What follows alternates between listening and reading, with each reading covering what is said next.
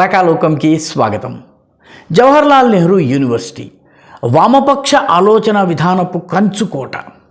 అక్కడ విద్యార్థుల్లోనూ అదేవిధంగా ఫ్యాకల్టీలోనూ వామపక్ష భావజాలం ఉన్న వాళ్ళకి పెద్దపీట, వాళ్ళదే ఆధిపత్యము, సిలబస్ నిర్మాణంలో వాళ్ళదే ఇష్టారాజ్యము, యూనివర్సిటీ రాజకీయాల్లో వాళ్ళదే ఆధిపత్యం.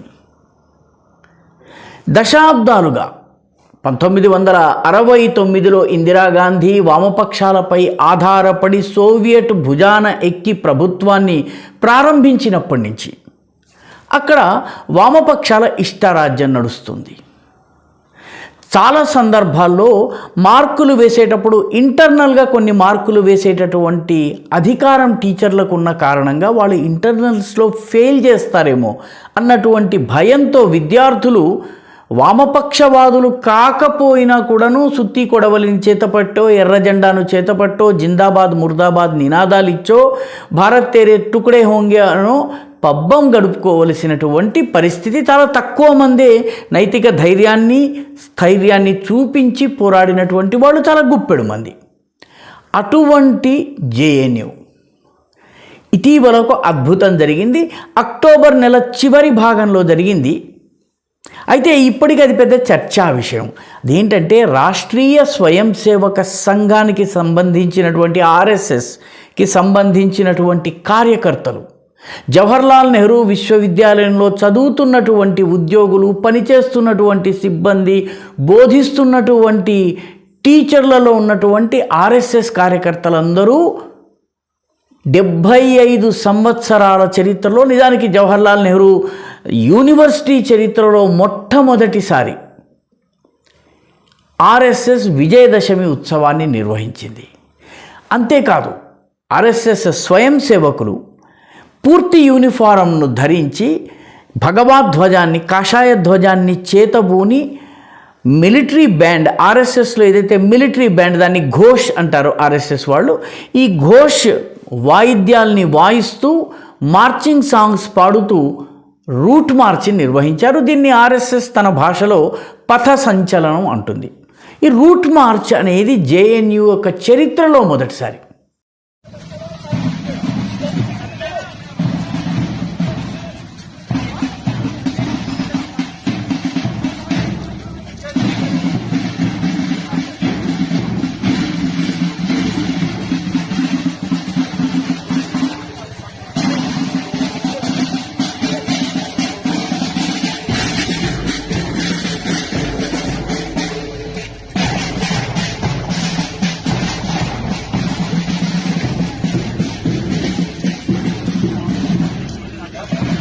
అంటే వామపక్షము కాని వాళ్ళు తమను తాము అసర్ట్ చేసుకోవడము, ఒక కార్యక్రమాన్ని ఇంత పెద్దగా నిర్వహించటము, అందున యూనిఫామ్తో పూర్తి కార్యక్రమాన్ని నిర్వహించి కాషాయ జెండాను చేతబూని ఆర్ఎస్ఎస్ ప్రార్థన నమస్తే సదావత్సలే మాతృభూమిని చేయటం కూడా ఇంతకు ముందెన్నడూ జరగలేదు.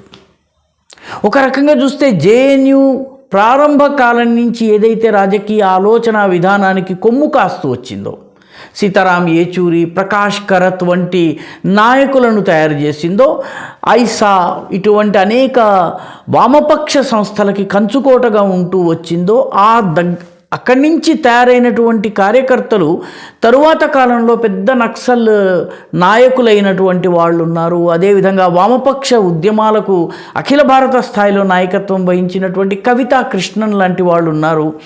అదేవిధంగా యూనివర్సిటీలో ఉన్నంత వరకు వామపక్ష ఆలోచన విధాన పూతల్ని పూసుకుని బీజేపీని, ఆర్ఎస్ఎస్ను, జాతీయవాదాన్ని వ్యతిరేకించి తరువాత రాహుల్ గాంధీ యొక్క ప్రసంగాల్ని రాసేవాళ్ళుగాను, ఆయన వ్యూహాల్ని రచించేవాళ్ళుగాను తయారైన వాళ్ళు కూడా ఉన్నారు. అటువంటి జేఎన్యూలో ఆర్ఎస్ఎస్ కార్యక్రమం జరగటం ఒక రకంగా ఇన్నాళ్ల ఆధిపత్యపు కంచుకోటని బద్దలు కొట్టినట్లయింది.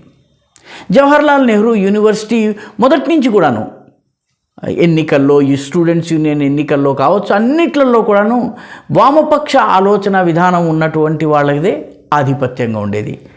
2014 వరకు వాళ్ళని ఎవరు సవాలు చేయలేకపోయారు. 2014లో కేంద్రంలో నరేంద్ర మోదీ ప్రభుత్వం రావడం అనేది వాళ్ళకు ఒక రకంగా షాక్.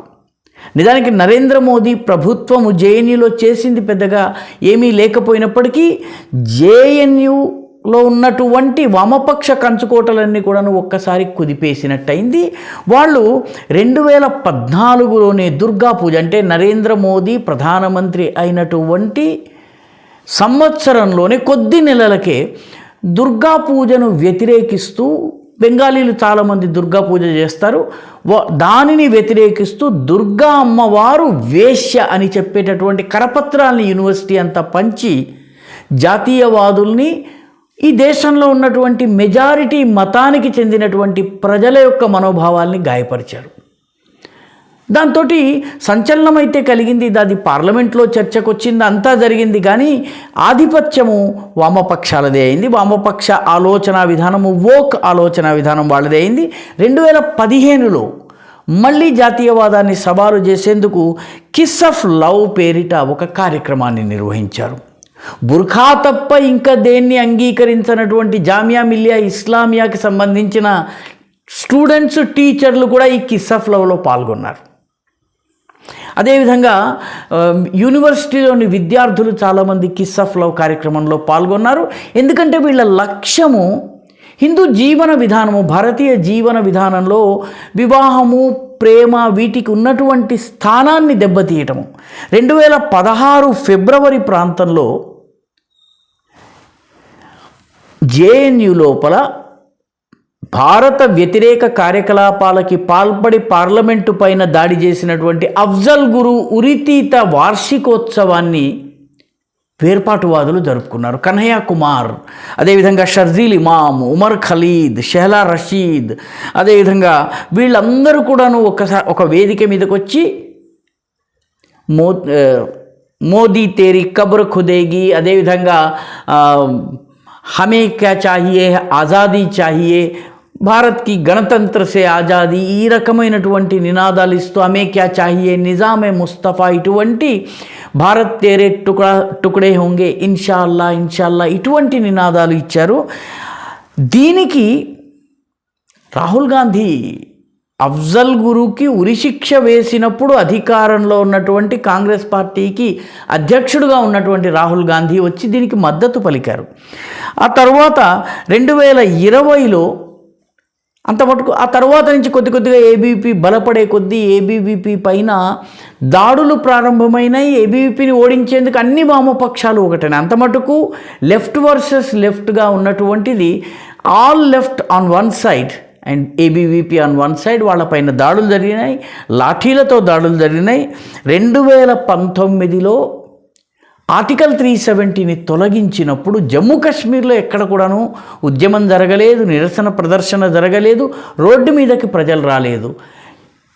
ఆర్టికల్ 370కి అనుకూలంగా, ఆర్టికల్ 370 రద్దుకి వ్యతిరేకంగా ఊరేగింపు ఉద్యమం జరిగింది కేవలం జేఎన్యూలో. అటువంటి జేఎన్యూలో ఇప్పుడు జాతీయవాదం, ఈరోజు జాతీయవాదాన్ని ఓడించేందుకు వామపక్షాలన్నీ కలిసికట్టుగా పోరాడుతున్నాయి. చాలా సెంట్రల్ యూనివర్సిటీలో ఇదే పరిస్థితి. హైదరాబాద్ సెంట్రల్ యూనివర్సిటీలో కూడా లెఫ్ట్ గ్రూప్స్ అన్నీ కూడా ఒకవైపు వచ్చి ఏబీవీపీని ఓడించేటటువంటి ప్రయత్నం చేశాయి. ఇదివరకు వేరువేరుగా వాళ్ళల్లో వాళ్ళు పోరాడుకున్న వాళ్ళు చివరికి ఈరోజు జేఎన్యూలో ఆర్ఎస్ఎస్ తన పథ సంచలనాన్ని, తన కార్యక్రమాలని నిర్వహించగలిగేటటువంటి శక్తిని, సంఖ్యాపరమైనటువంటి బలాన్ని సంపాదించుకోగలిగింది. విద్యార్థులు, జాతీయవాద భావాలు ఉన్నటువంటి విద్యార్థుల సంఖ్య పెరుగుతోంది. వామపక్ష ఆలోచన విధానాన్ని నెమ్మదిగా యువకులు, అక్కడ చదువుకోవడానికి వస్తున్నటువంటి వాళ్ళు తిరస్కరిస్తున్నారు. మొత్తం మీద జేఎన్యూ కంచుకోట లోపల కాషాయం ఎగిరింది.